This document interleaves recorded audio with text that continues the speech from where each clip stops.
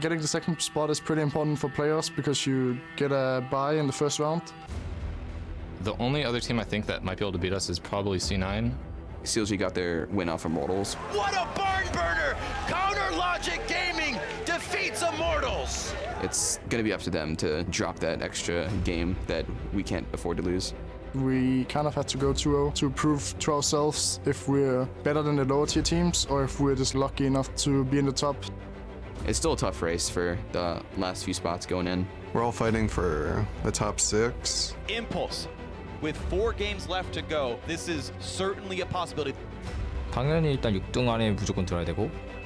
We only really have Dignitas left that's fighting with us for playoff spot. Echo Fox making quick work of every team in front of them. So I think it'll be interesting.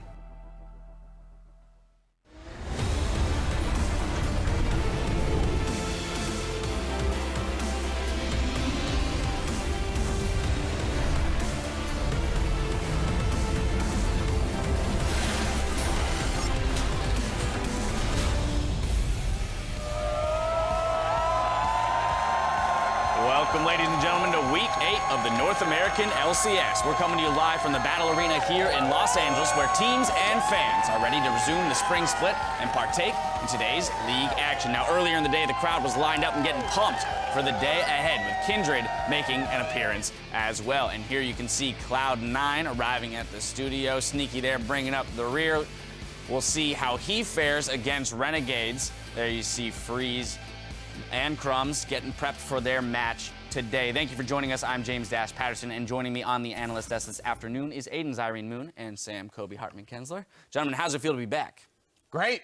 IEM was really fun to watch, but I am definitely ready for some North American LCS. Yes, that we are. Well, before we jump into our discussion, let's see how the teams are stacked up. Immortals, well, they're in first place, go figure, with Counter Logic Gaming in sole possession of second. Then it's Cloud9 in third. TSM is in fourth, and just 1 win behind is Energy Esports and Liquid, who are tied for fifth. Team Impulse and Echo Fox are tied for seventh, while Dignitas and Renegades round out the ladder. But teams still have 4 games to determine their fates, so we'll see what's in store today. Renegades, they're going to face off against Cloud9 in Game 1, followed by Immortals versus Energy Esports. Then Counter Logic Gaming goes up against Liquid, with TSM squaring off against Team Impulse in Game 4. And finally, Echo Fox takes on Team Dignitas to close out the day.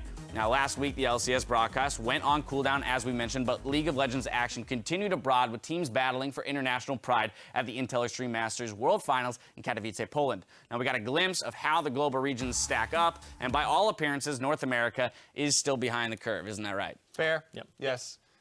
I mean, we kind of learned as the more things change, the more they stay the same. SKT, the Koreans perform really well, sweep the entire tournament. China, very rocky, actually, with the hype of the top place teams coming in, not really performing very well. But, you know, once again, I said North America, a lot of work to do.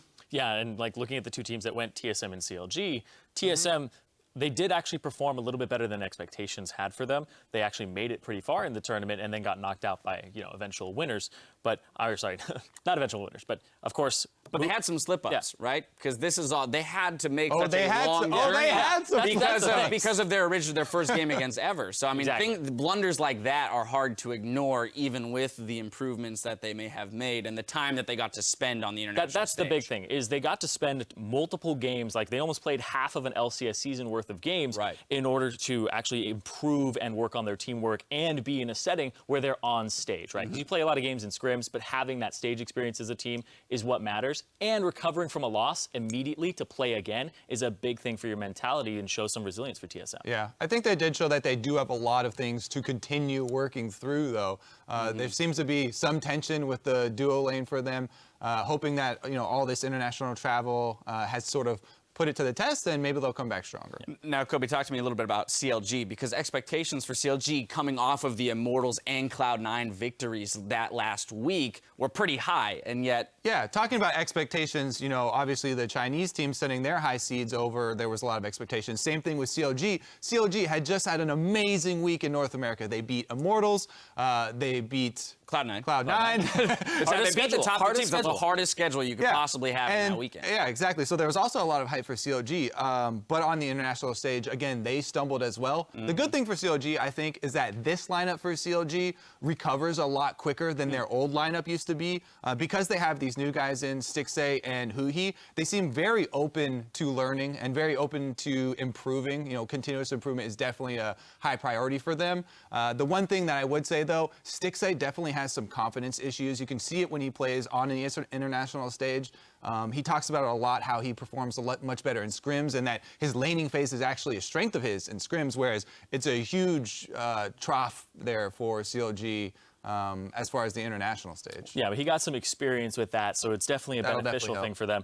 I do actually want to talk about, because you're talking about the new guys coming in and how the mentality is going to be something that's, you know, a little moldable and they'll be able to change over time. But I think Darshan in the top lane showed a little bit of a resistance to actually changing, because the meta has been shifting towards those top lane tanks as opposed to the carries. And we saw him pull out of Vladimir of all things as well, and he wasn't really kind of adjusting his playstyle to what was happening around him in the meta. We'll get to the patch discussion in a bit, and then we can actually, I think this is a good thread here on CLG, because it's interesting that you say he's kind of resisting change, because he is trying something new with the Vladimir, but he's doing the same thing, right? Yeah.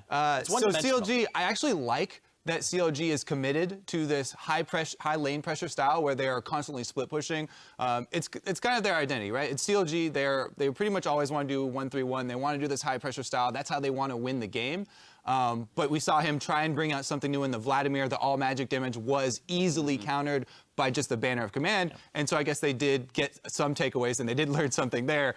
Very difficult to deal with. We'll see how they evolve given the prevalence of tanks in the top lane now, and we will get to that patch discussion in just a moment. We've dealt with the international competition. Now let's return to the domestic competition. There are only 4 games left in the regular season, and every team in the league has something at stake, whether or not it's avoiding the promotion tournament, earning a first-round bye, or just cementing playoff position. These are all on the line. Now let's peer into our crystal balls, gentlemen. Please help me and discuss the future of these teams. Kobe, how could you forget your crystal ball? No, but I want to judge specifically on strength of schedule, looking at the top 4 teams in particular here and how they're going to close out the regular season. No ball needed. Perfect. Graphic we have here. Stats. Production's got us covered. Yeah.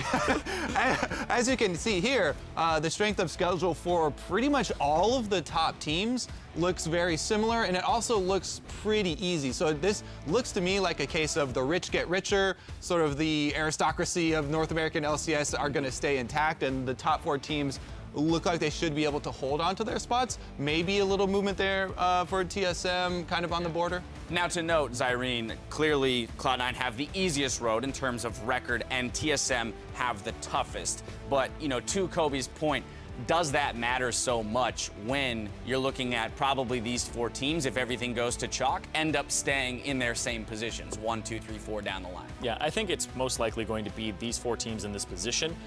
There is a little bit of variance there. We don't know what Renegades is going to look like with 2 new members on the squad as well. And of course, Immortals versus TSM, there is always chance of an upset, and you can get that extra point and come up the standings and possibly force tiebreakers and stuff like that. So there is always movement to be had with upsets. It's an interesting thing too. Having Immortals in your roster to still play there for TSM definitely boosts the win-loss record of the rest of the teams. Makes it look like that one icon being up there is like, oh, okay. Whoa, everything changes. All right, well, those 4 teams, we'll see how they fare as we close out the regular season. Aside from their competition, though, there are still plenty of other variables that can shake up the score. One substantial change that every team will face this week is the fact that they're playing on patch 6.4. So we've already briefly hit on the tanks, Zyrene. Now, outside of just affecting CLG, let's further discuss how the top lane meta might evolve with this patch. Yeah, basically, it's not so much a change in the patch. I mean, GP and Fiora did take nerfs. Fiora is still likely to be banned and picked, but now we're seeing top lane tanks, Rammus, Poppy, and we're also seeing Nautilus come in there, which means that we're also seeing more stake in Trundle come up. And that's the thing for me is these top lane tanks are meaning that you carry junglers are now back in. People can play these and have 2-threat, 3-threat comps, and then a big tank in the top. But how are Huni and Darshan going to adjust to this as carry top laners in the 1 and 2 spots? That's the big question for me here. Is that going to affect them, and will they take a little bit of a slide in the standings? It is possible, but I want to see how they adapt. Yeah, is this the death of Quinn in the LCS? Probably yes. Yes. Save for Huni, maybe. Okay, which is fair, because apparently he'll play it into anything. He doesn't really care. Yeah, but really what I'm looking forward to is, 6-4, we've got Jin buffs. Yeah. So that's my big thing for this new patch, and Sneaky's already played it without the buffs coming in even, so there's a very high chance of Jin bans probably against Cloud9. Right. But I actually think that other AD carries will play it as well. Double Lift, I know, was putting in some work on it, and I feel like no AD carries can ignore it anymore. We've already seen, Rock's Tigers in Korea playing it, and anything that the Tigers are playing should the rest of the world probably be practiced or at least tested. Yeah, and when you look at those Jin buffs, it's not just that movement speed, it's the fact that now some of his abilities count as single target. So Deathfire Touch feels pretty good. Exactly, so for the use of Deathfire Touch, it's the full damage, which is a buff that people weren't 100% seeing when they looked at the patch notes, but now people are putting the time on that champion, and of course, once you learn it, you're going to be more proficient at it, especially after it saw those buffs. I think that's where then the major question lies, and we don't have to answer it, is which of the AD carries in the NALCS have actually put the time into this champion to feel comfortable pulling him out and play him to his fullest potential, because we've seen Sneaky put in, he's put in hundreds and hundreds of games. Same situation with Kalista. He was very clearly the best Kalista player when she was introduced to the meta. Have the other ADCs in the NALCS put in that kind of time to make him an effective choice? As of yet, who knows? But we will for sure see his power or his effect in the pick ban phase. I'm certain of it. You've heard our opinions. Now it's time to let us know yours by answering our social media question of the day. What champion picks will be the most contested on patch 6.4, and why is it Jin? No, just why. Send your responses to @LolEsports, and we'll read some of them later in the show. It's Rex. Yeah, exactly, right? Well, I know it's only been a week, but it still feels like a lifetime since we've had some NALCS action, so that's enough of us. We're going to send it over to the caster desk to get the game one underway.